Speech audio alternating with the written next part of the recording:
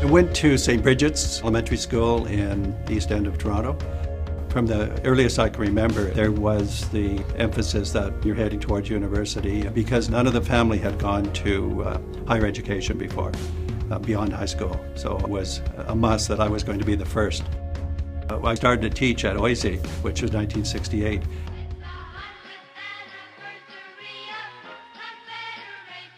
There were lots of innovations in the 60s, whole kinds of things that were innovations up here, but when you got to the classroom, not much was happening.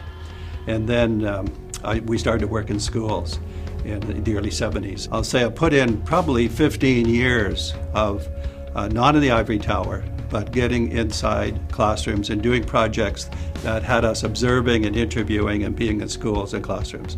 We found that there was an unevenness of the quality of education that people were able to access. So that's when we formulated what we now call the moral imperative, which is that commitment to raise the bar and close the gap for all students, regardless of background. The big breakthrough for me was when we were commissioned in 1997 by Tony Blair and his government to evaluate across the 20,000 schools in England. I spent 4 or 5 years learning the lessons from there, and that's really when it came together for me in the late 90s. I had first come to know Michael through his writing and his research and the books that he was producing. And he has a marvelous intellect and a way of putting those thoughts together in ways that move us forward here in Ontario and around the world.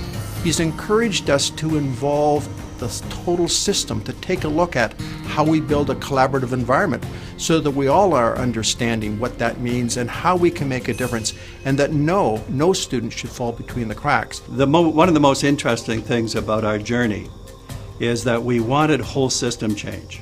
Not just to identify a few examples, but the whole system has to get better. That was our goal. And what we basically said, top-down doesn't work.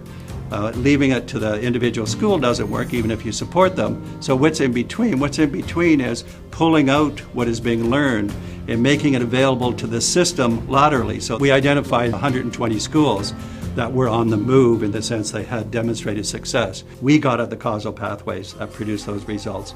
We identified them, we accumulated the knowledge, we kept adding to it. We made it accessible across the 72 districts, the 5,000 schools, and that's how we did it. We built capacity, linked into measurable impact, figured out the causal pathways that produce results, and then spread the good news. He causes people to think about education and teaching and learning and the large system change pieces now in ways that they wouldn't otherwise have thought about. And what Michael has been able to do is take those complexities that resonate in behind and have clarity and understanding as to how we look at that, how we manage it, how we want to enhance the quality of learning, how we want to enhance and take a look at leadership. Michael is a very comprehensive in his approach, and he is also very concrete in how to implement change in a system.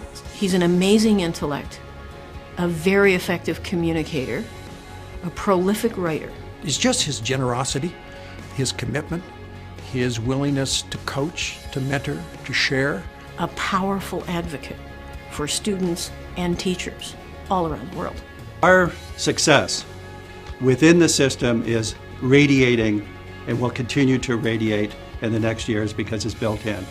Our presence in the international world with other countries where we're learning with them and we have really direct relationships, it's radiating, but we're also getting things back, and we're getting better because of both of those things.